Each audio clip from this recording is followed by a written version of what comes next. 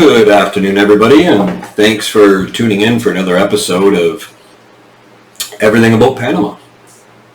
So today we're going to talk about something that gets asked to me, maybe not every day, but a lot.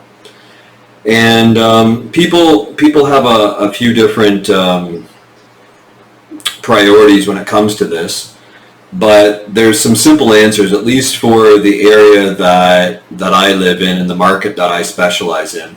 So the question that gets asked the most is, what type of car should I buy in Panama? So the simple answer to this question is Toyota.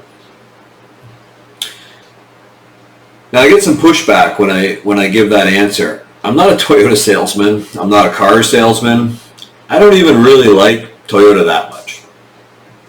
But there's some simple dynamics that go along with why that answer is the standard answer. And not just me giving that answer, but people that have been here a long time, people that have a lot of experience, especially in the Panama area, will agree with what I'm saying about Toyota. So, first of all, there's not a whole lot of actual tradesmen or qualified mechanics that are set up shop in this area. So this plays into what's easy for them to fix and what do they know how to fix. And the answer to that is Toyota. So I always say Toyota is king in this area. And it comes to the Toyota philosophy of customer service to a point. And I'm sure I did a lot of work for Toyota in the years that I lived in Japan. And my guess would be, and I'm probably pretty right on this guess, is that Toyota made a decision that if they're going to be in the Panama market, that means that they have to service the Panama market with parts. So most of your oil, your filters, timing belts, starter motors, I mean, the main nuts and bolts of a Toyota car are going to be available off the shelf from most car part dealerships in this area. That goes from older Toyotas all the way up to newer Toyotas.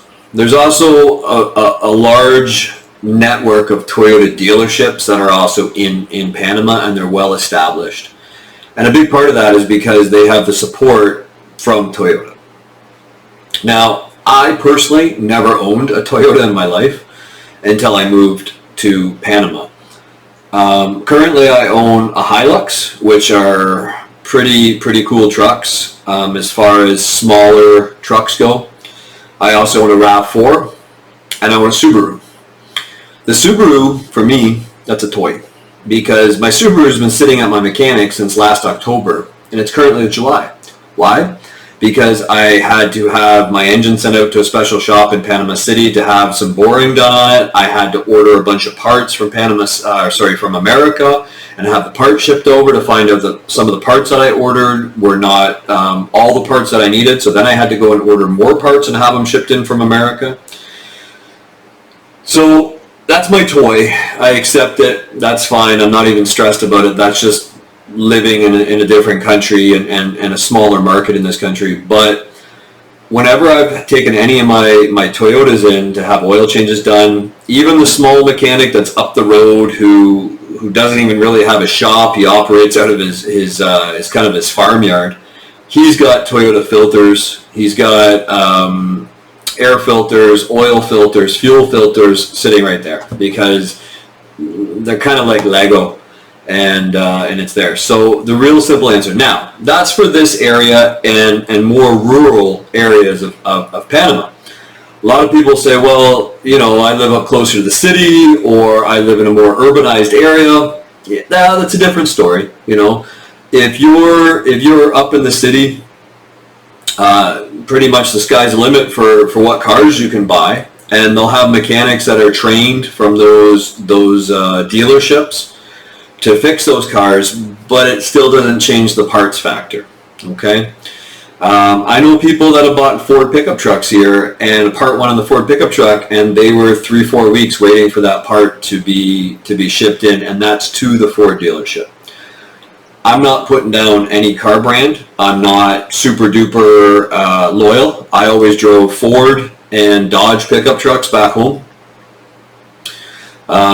You know, I had a lot of luck with Ford pickup trucks over the years. I like my Ford pickup trucks. I think they drive a lot better than the Toyota pickup truck that I have.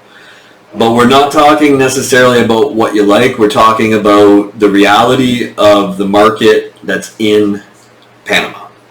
And the reality of the market is that if you have a breakdown, if you don't have multiple cars, you need your car fixed and back on the road sooner rather than later. And you don't want to wait weeks or months for certain parts to come in. And you don't want to have to ship your car back up to Panama City or somewhere closer to Panama City.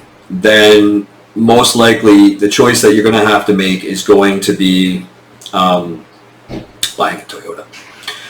So it's just my advice, and it's kind of the standard advice that's within this area. You don't have to follow in my advice. You can go through the adventure of going outside of the Toyota brand, and that's perfectly fine with me. I'm not pushing an agenda. Again, I don't have stocks in Toyota. I don't sell Toyotas.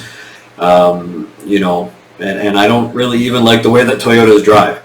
But that's kind of the reality of where we're at here. They are reliable, fairly comfortable. They're a little bit too basic for a lot of what I like. But that's where we live, and that's what we have to deal with. So Panama City, again, it's different. If you're living up in Panama City, you're living up in Coronado, you're living up in these areas, there's a whole different type of service. But, you know, to give you the dynamics of the country, there's about 4.5 million people in all of Panama. And about 2 million of those people live in or around Panama City, and the rest is spread out through the whole country. So obviously there's a lot more infrastructure to service this type of thing of car dealerships, parts, import cars, European cars, other North American cars. There's obviously a whole different infrastructure up closer to the city. But if you're going to live outside the city, probably Toyota is your best bet. So that's today's video. If you have any questions, comment below. Don't forget to like, subscribe, and hit the bell button so that when new videos come out, you get notified first. Thanks a lot for listening, and this video is the full video. Other videos, what we're going to do is we're going to do partial videos for YouTube, and then the rest of the video will be followed up through our Patreon, so that we can recoup some of the time and the effort and the hours and the money that we put into making these videos. So don't be afraid to check out the link below to the Patreon. Join the Patreon and get the longer videos on more detailed subjects than just stuff like cars. Take care. Have a nice day.